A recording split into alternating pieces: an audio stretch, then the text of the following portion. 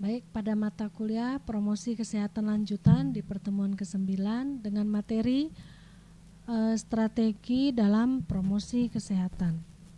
Ya, ada 5 aksi prioritas promosi kesehatan menurut Piagam Ottawa. Yang pertama, adanya kebijakan kesehatan, kemudian lingkungan yang mendukung untuk kesehatan, kemudian adanya tindakan masyarakat untuk kesehatan, kemudian yang keempat, membangun keterampilan secara personal, kemudian pelayanan kesehatan. Strategi dalam promosi kesehatan disadari rumitnya hakikat dari perilaku.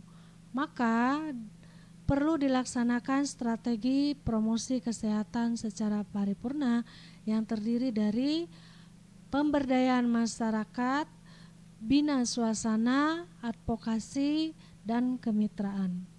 Ya, strategi promosi kesehatan ini ditujukan kepada masyarakat, yaitu untuk perubahan perilaku, yaitu perilaku mencegah dan mengatasi masalah kesehatan.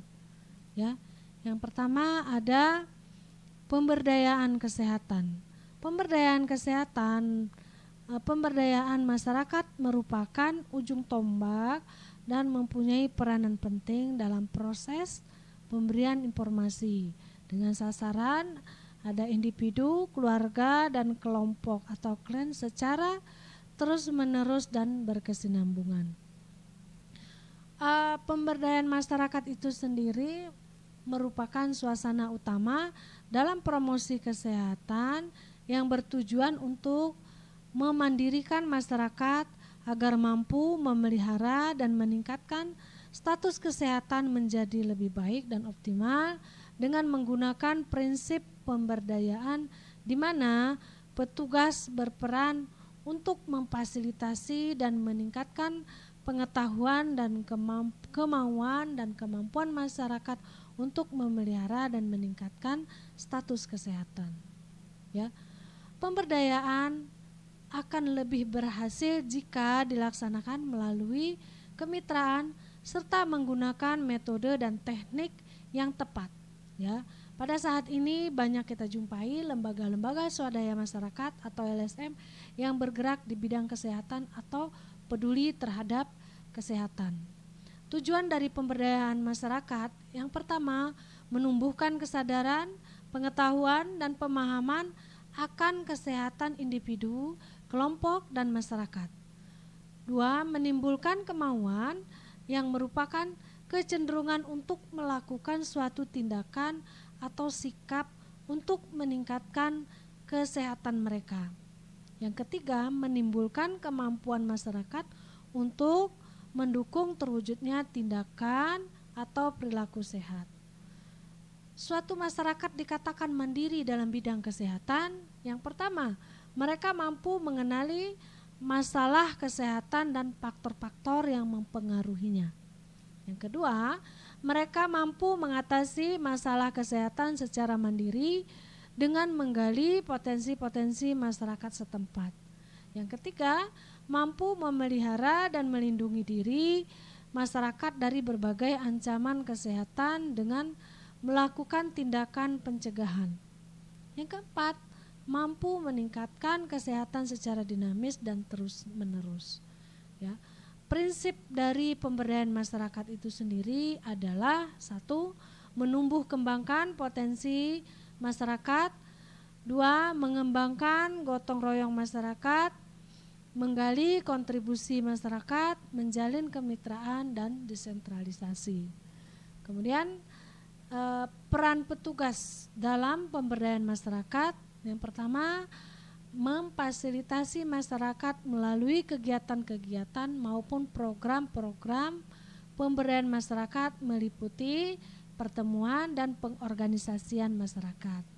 Yang kedua, memberikan motivasi kepada masyarakat untuk bekerja sama dengan melaksanakan kegiatan pemberdayaan masyarakat agar masyarakat mau berkontribusi terhadap program tersebut. Yang ketiga, menggali pengetahuan, keterampilan, dan teknologi kepada masyarakat dengan melakukan pelatihan-pelatihan bersifat vokasi. Ciri dari pemberdayaan masyarakat, yang pertama ada community leader, yaitu petugas melakukan pendekatan kepada tokoh masyarakat. Kemudian community organization, yaitu organisasi masyarakat. Community fund, yaitu dana sehat untuk menjamin pemeliharaan kesehatan.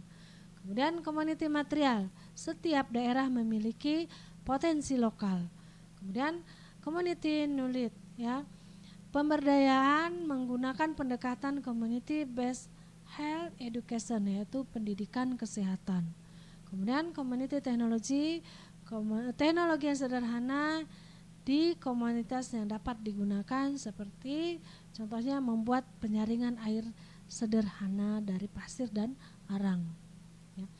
Kemudian strategi promosi kesehatan atau gerakan masyarakat empowerment, ya, dilihat dari 3 karakteristik masyarakat dengan menggunakan metode dan hasil yang diharapkan. Ya. Pertama, masyarakat pembina atau caring community. Metode yang kita gunakan adalah komunikasi, informasi, dan edukasi. Ya. Kemudian untuk masyarakat setara atau coping community, ya, kemudian masyarakat pemula atau crisis response community. Ya, metode yang kita gunakan ada KIE, ada pengembangan institusi atau JPKM, pendekatan hukum dan regulasi, kemudian insentif dan disentif, kemudian income generating active. Ya, hasil yang diharapkan sesuai dengan karakteristik masyarakat tadi, yaitu adanya kelompok masyarakat peduli, misalnya penyakit HIV, COVID-19, kemudian anak jalanan, KDRT, dan lingkungan. Kemudian pada masyarakat setara, hasil yang kita harapkan nantinya bersedia mencuci tangan dan pakai masker, ya, imunisasi, kemudian adanya dana BLT, ikut JPKM dan lain-lainnya. Kemudian untuk masyarakat pemula, apa sih yang kita harapkan nantinya? Ya, partisipasi dalam KIE, sharing, diskusi, jelaskan tentang kebutuhan dari perilaku hidup bersih dan sehat. Ya, kemudian strategi promosi kesehatan dengan menggunakan 2 cara pendekatan. Yang pertama ada pendekatan makro. Ya, pendekatan makro artinya membangun komitmen setiap jenjang, membangun masyarakat atau kritikal massa, kemudian menyediakan juklak atau biaya operasional. Keempat, monitoring dan evaluasi serta koordinasi dari kegiatan itu. Kemudian pendekatan secara mikro, menggali potensi yang belum disadari oleh masyarakat. Kemudian model percontohan dan prototipe pengembangan masyarakat. Kemudian dikembangkan beberapa tolak ukur dari keberhasilan suatu kondisi setempat. Kemudian indikator keberhasilan dari pemberdayaan masyarakat atau hasil dari pemberdayaan masyarakat itu sendiri. Yang pertama ada input, proses, output, dan outcome. Input, apa saja yang masuk ke dalam input? Adanya sumber daya manusia, dana yang tersedia, bahan dan alat untuk mendukung kegiatan pemberdayaan masyarakat. Pada proses yang dilakukan itu penyuluhan. Berapa kali dilakukan penyuluhan, berapa kali dilakukan pelatihan, kemudian bagaimana peran dari tokoh masyarakat yang terlibat, ya. Kemudian pertemuan-pertemuan yang dilakukan dengan masyarakat, ya. Kemudian sebagai output, ya, output ini adalah luarannya adanya nanti jumlah usaha bersumber dari masyarakat. Kemudian adanya peningkatan pengetahuan dan perilaku dari masyarakat, ya.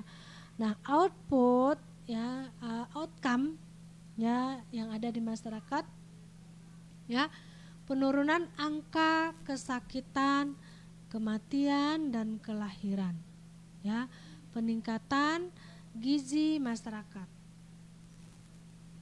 Bina suasana adalah upaya menciptakan lingkungan sosial yang mendorong individu anggota masyarakat untuk mau melakukan perilaku yang diperkenalkan. Terdapat 3 kategori proses bina suasana individu, bina suasana kelompok, bina suasana publik. Bina suasana individu adalah individu tokoh masyarakat sebagai panutan dalam memperkenalkan perilaku, ya.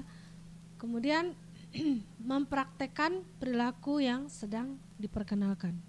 Kemudian bina suasana publik, yaitu ini yang dilakukan oleh masyarakat dengan menggunakan media seperti radio, televisi, koran, majalah dan situs internet, ya, yang diharapkan nantinya adanya peduli dan mendukung terhadap perilaku yang sedang diperkenalkan, ya.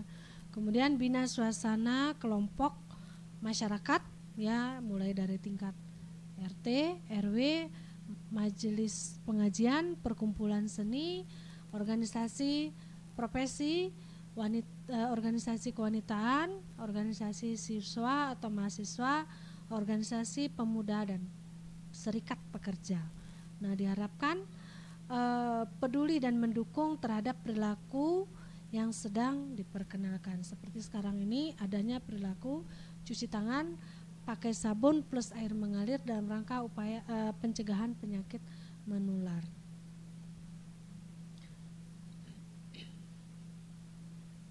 Strategi promosi kesehatan atau bina suasana, asosiasi support menjalin kemitraan dengan berbagai kelompok untuk membentuk opini publik, ya.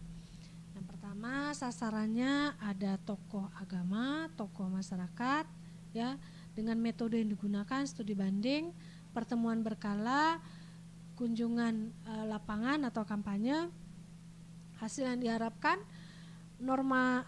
adanya norma sosial nantinya, kemudian kondisi atau situasi yang kondusif untuk PHBS, ya. Kemudian yang kedua, sasaran dunia usaha atau swasta, ya.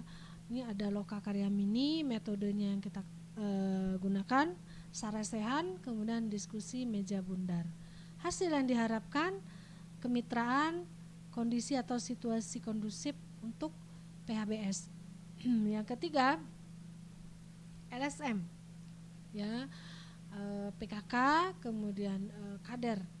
Metode yang dilakukan adalah pelatihan, penyuluhan, kemudian malam seni tradisional. Nah, hasil yang diharapkan nantinya jaringan kerja dan koalisi. Kemudian yang keempat, organisasi profesi dan media massa. Ini metode yang digunakan ada semiloka, konferensi pers dan dialog terbuka, ya. Hasil yang diharapkan nantinya ada kemitraan dan norma sosial, ya. Kemudian bina suasana menurut Departemen Kesehatan tahun 2000, ya, untuk kelanggangan dan kesinambungan bina suasana maka diperlukan forum komunikasi, dokumentasi data yang up to date, kemudian mengikuti perkembangan masyarakat, hubungan terbuka, serasi dinamis, ya. Kemudian menumbuhkan keciptaan terhadap kesehatan.